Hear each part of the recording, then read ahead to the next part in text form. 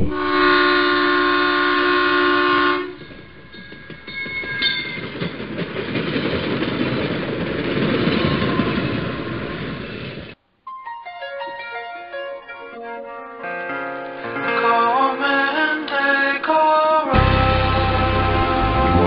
know it.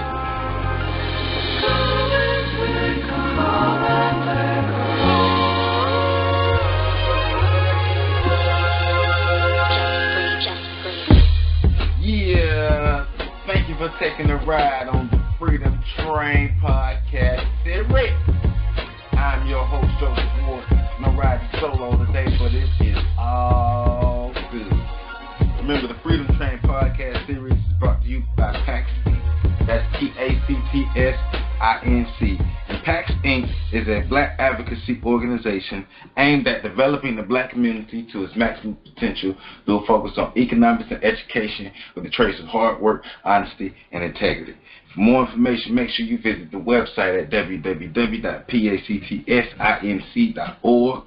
That way you can click on all the tabs, learn more about the initiatives, the programs, the codes of conduct that they have created, and everything that PAX Inc.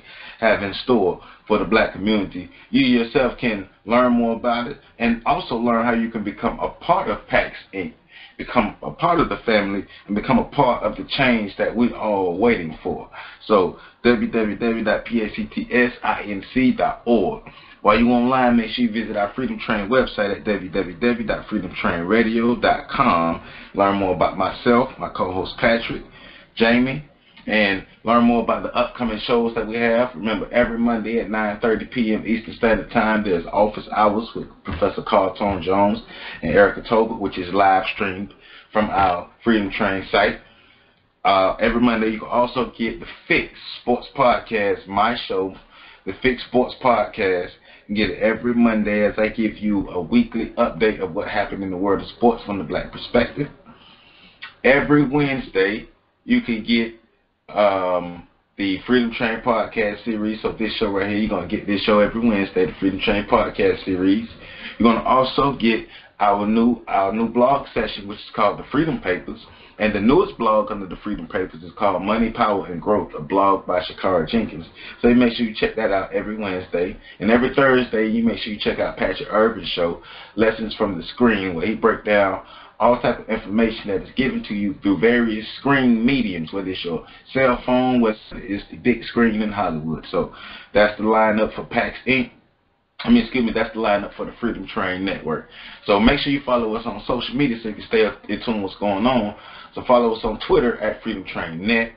Follow us on Instagram at Freedom Train Network. Like our Freedom Train Network Facebook page.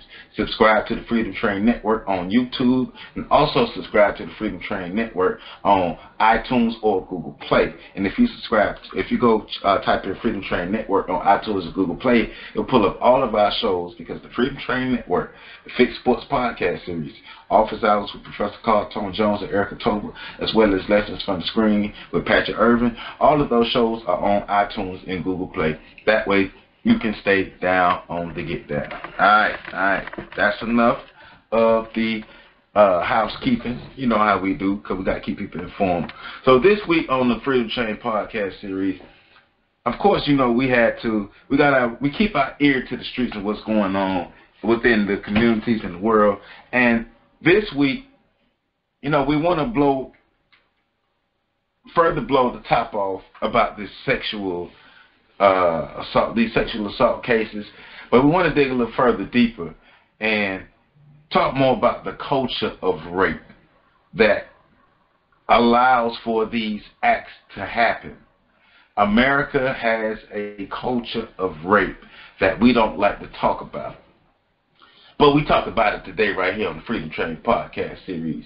Now, if you've been following us for a while, and especially if you've been following us from the beginning, then you know good and hell well that when it comes to the Freedom Train podcast series, we have been talking about the culture of rape in America.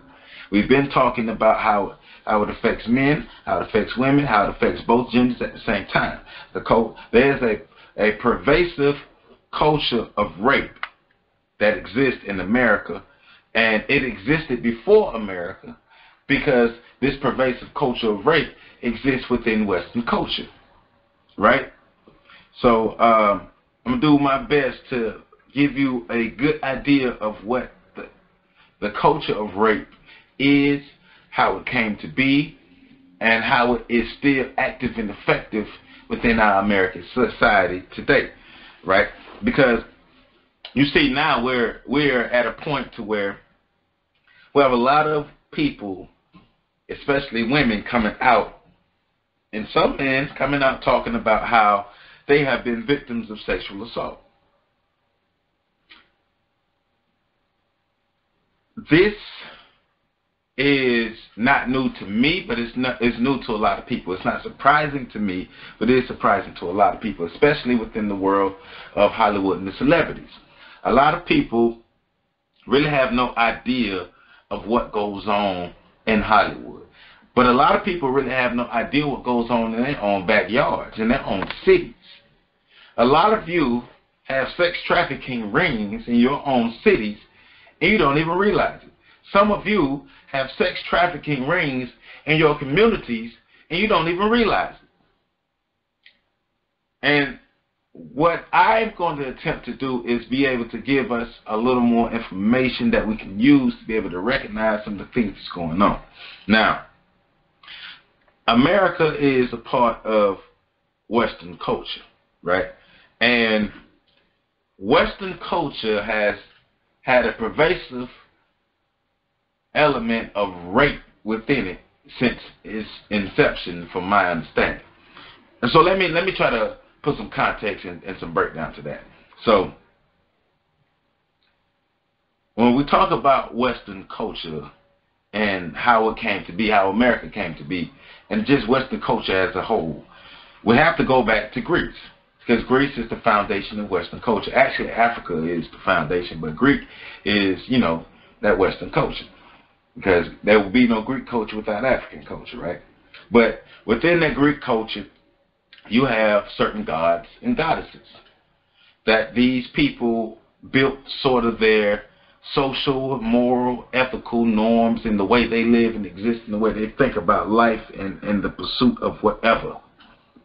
They were shaped and centered around the gods that they served. And the gods that they served, Zeus, Poseidon, Hades, Athena, Aphrodite, all these certain gods, especially Zeus and Poseidon and Hades, especially them, they were rapists and beings who sexual assault was the norm, right? That was the norm. It was nothing for Zeus to take shape of something, namely a man, and force himself onto a woman.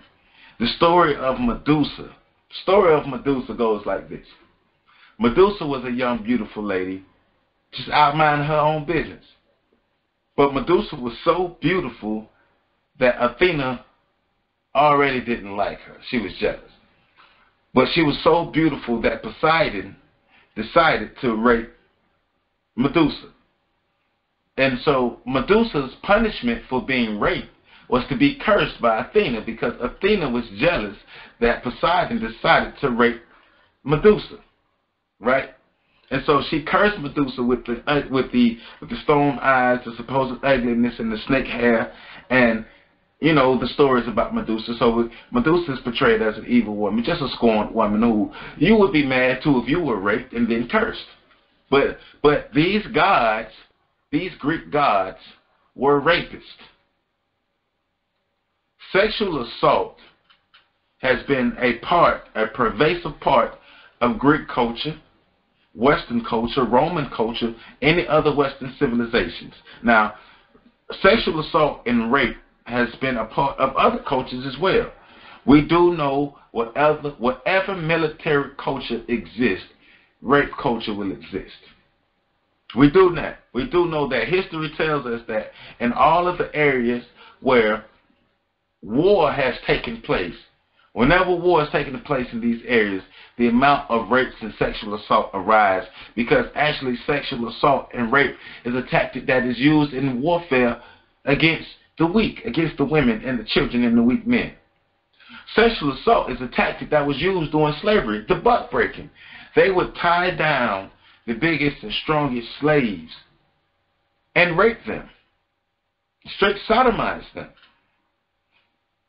America would not be what it is today if it was not for the culture of rape and sexual assault. That is a part of the foundation of the culture of America. Just as the slaves, the black women who were slaves, just as the black men who were slaves, as the Native Americans, the Native American men and women, they were enslaved, they were raped, pillaged, prodded, all those things by the people who supposedly founded and built this nation. We know about Thomas Jefferson and Sally Hemings, the relationship that he had. She was 14. He was a grown man, raping that lady, which eventually developed into whatever type of, you want to call a relationship or whatever it is they had. And she ended up having at least 12 children by him.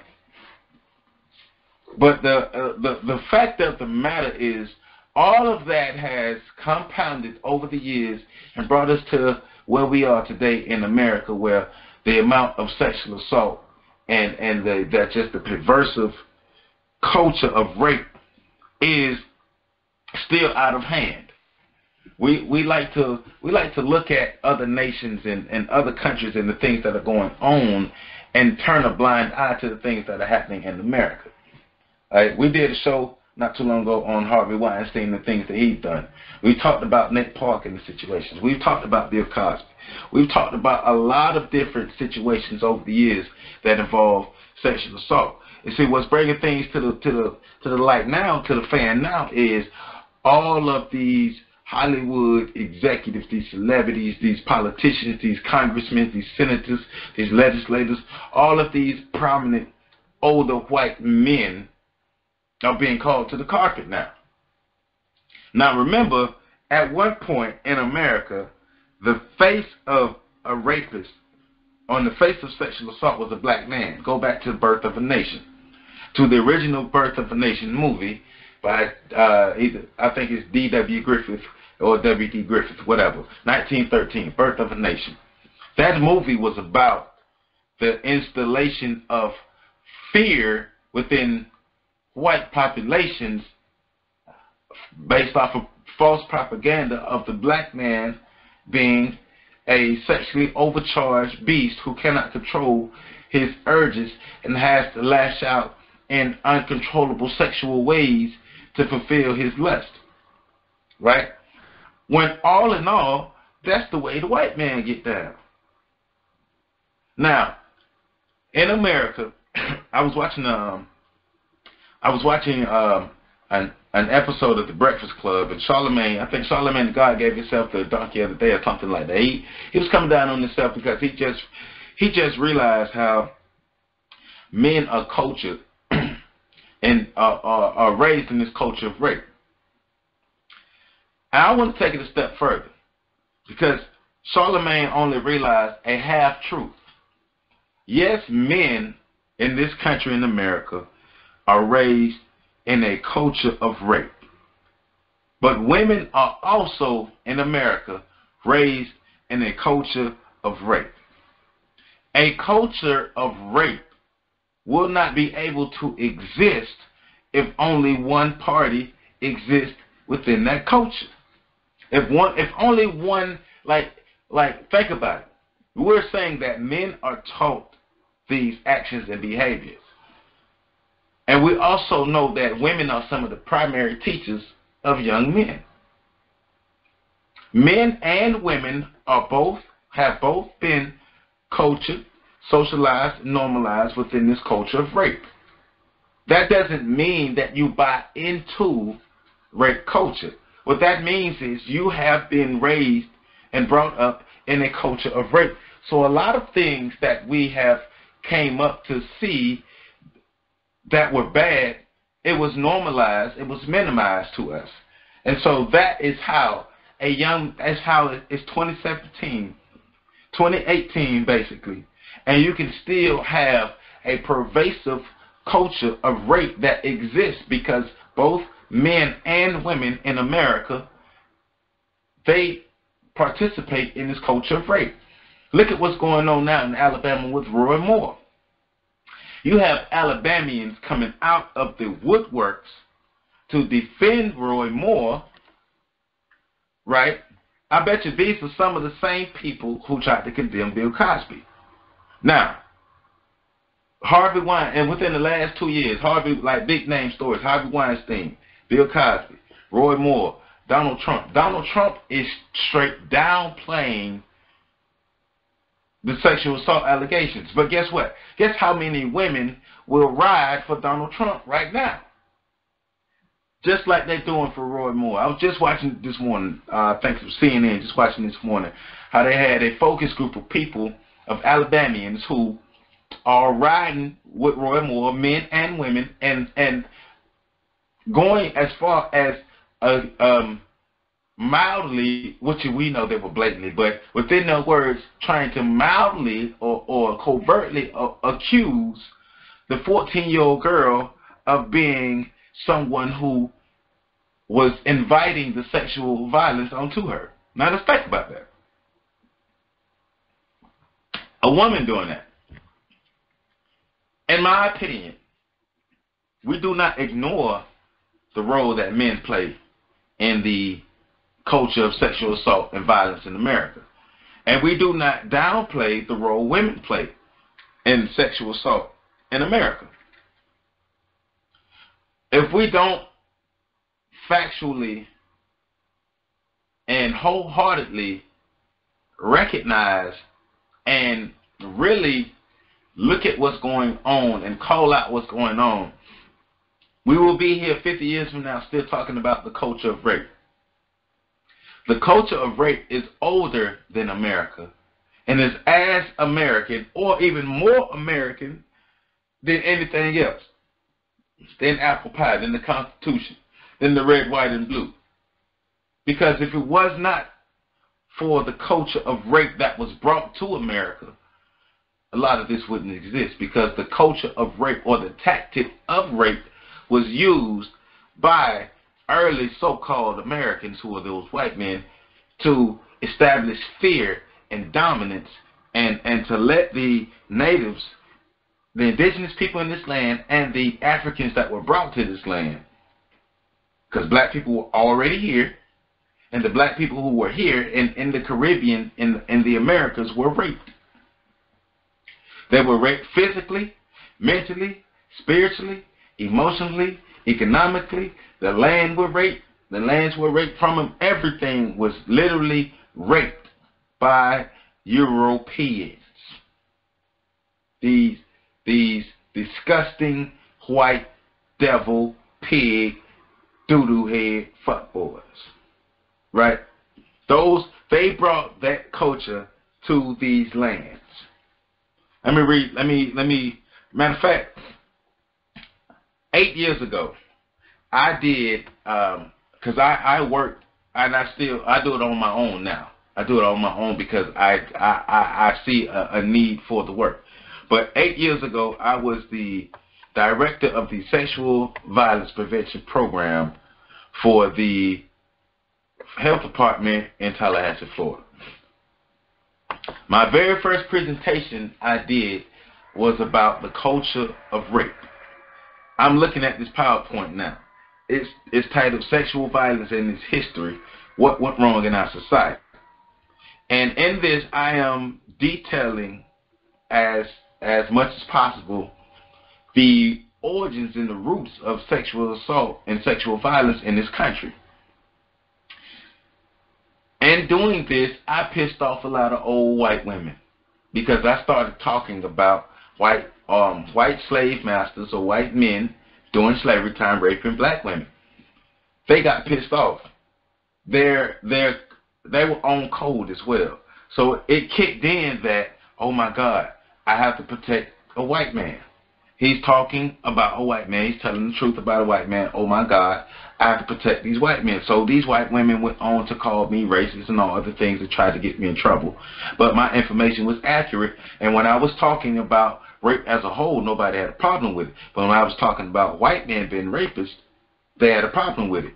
So those white women was trying to come to the defense of white men, even though white men are guilty of even raping them.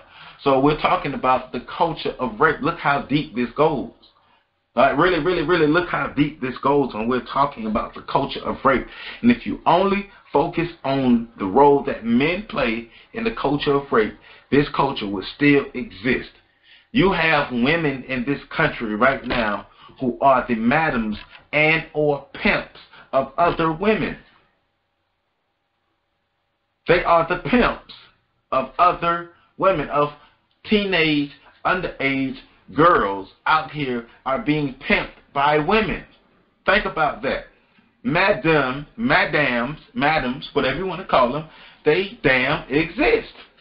That exists. That happens. That's real. This culture of rape is real.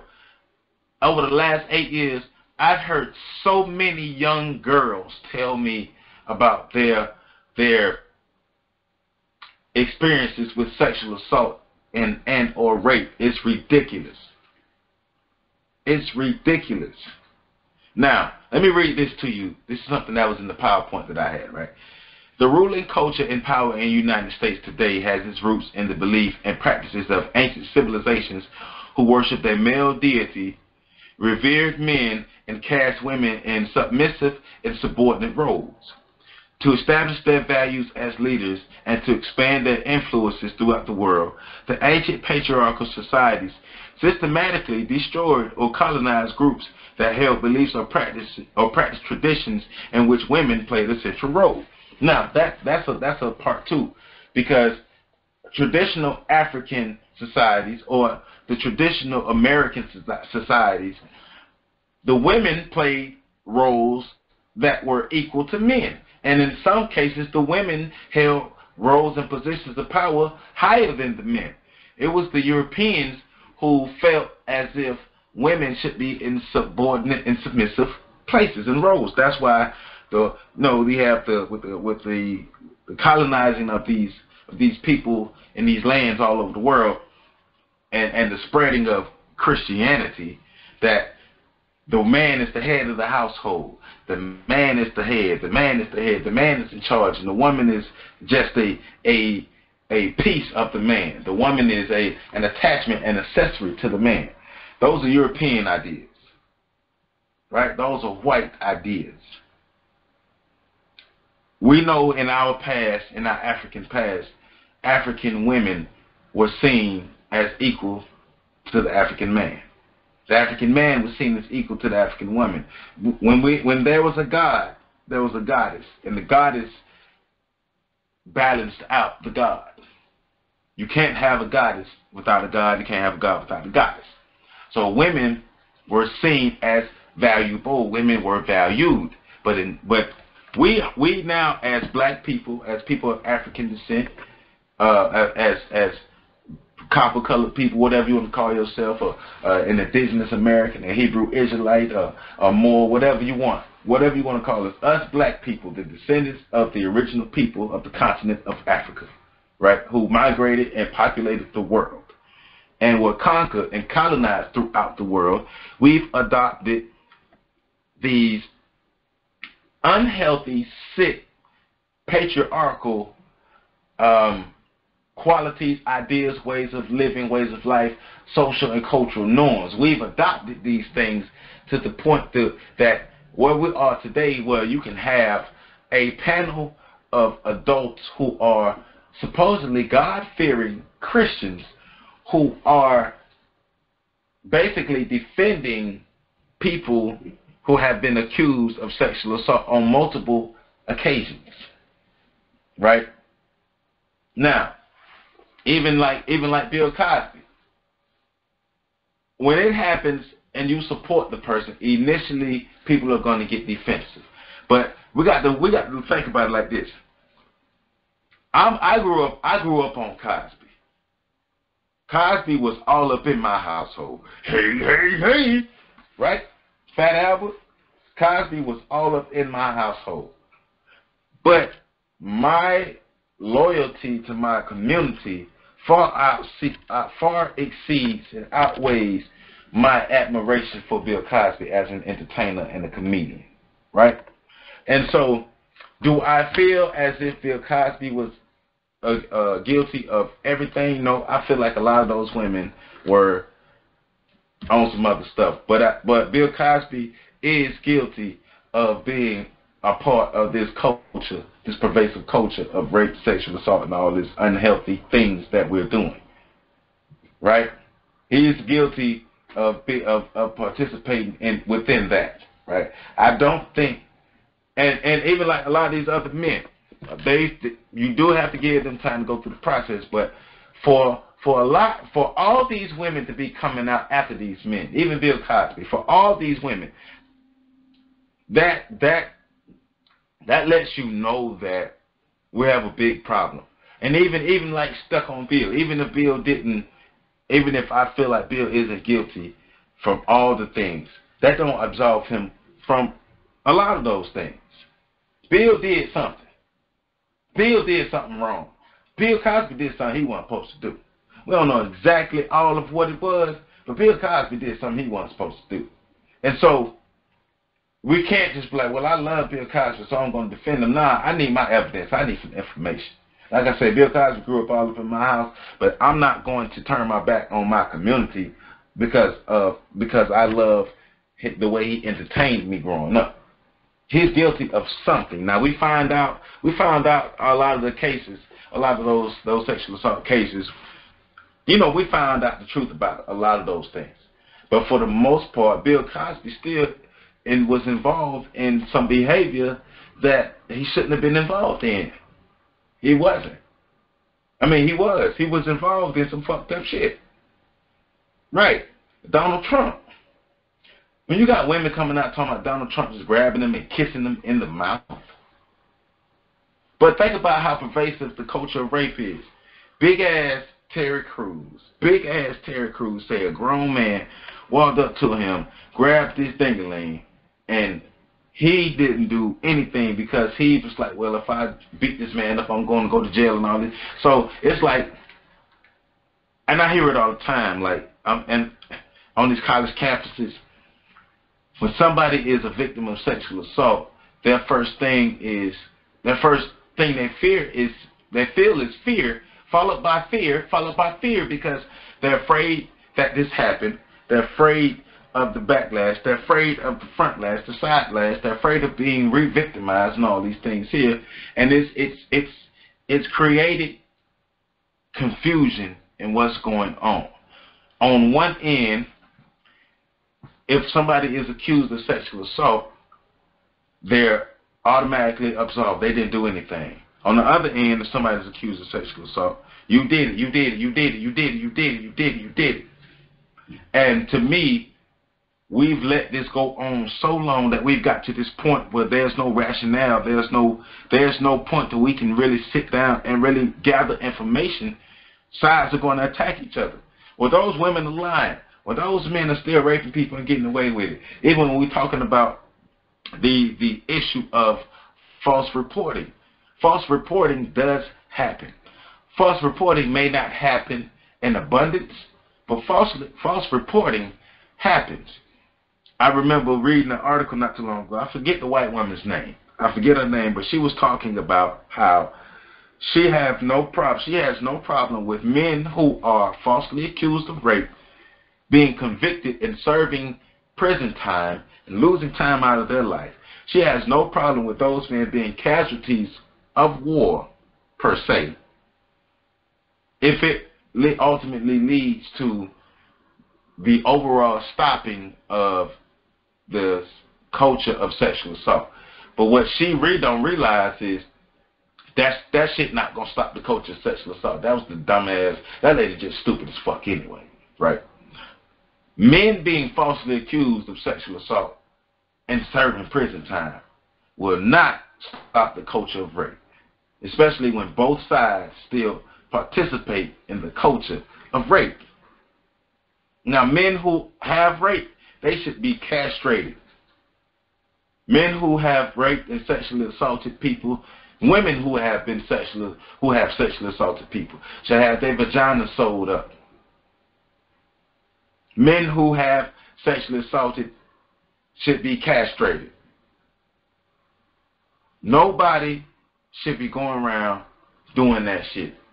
But we have this culture. Think about it. We're in this culture now to where, like we try to normalize and explain pedophilia. So 50 years ago, 60 years ago, 70, 80 years ago, it was cool for a 40-year-old man to have sex with a 14-year-old. People really try to say a 14-year-old girl 50 years ago, 60 years ago was more mature than a 14-year-old now, with no evidence. With no evidence to prove that a 14-year-old then was more mature now. They would say, well, she had more responsibility. Well, so you're going to tell me that you have to post on every single 14-year-old 100 years ago, and you simultaneously have to post on every 14-year-old now to tell me that the 14-year-olds then had more responsibility and were more mature than 14-year-olds now. I'm calling bullshit because you have no evidence to prove that. That's why I'm calling bullshit. But the culture of, think about it. If Mr. Edgar, who was 35 years old, saw little Patricia, who was 15, and wanted to marry her, that was okay. That was okay. People seen that as a come-up. And like the white dude earlier today in the CNN thing and in the focus group they had, the white dude was like, that young girl should feel, back then, and they was talking about the same scenario about 50, 60, 70, 80 years ago, a 15-year-old marrying a 30-year-old or a 40-year-old. That 30 or 40-year-old is still manipulating and taking advantage of a teenager. That teenager, like, brains did not develop faster back then. They didn't. The brain developed the same speed back then as it did now.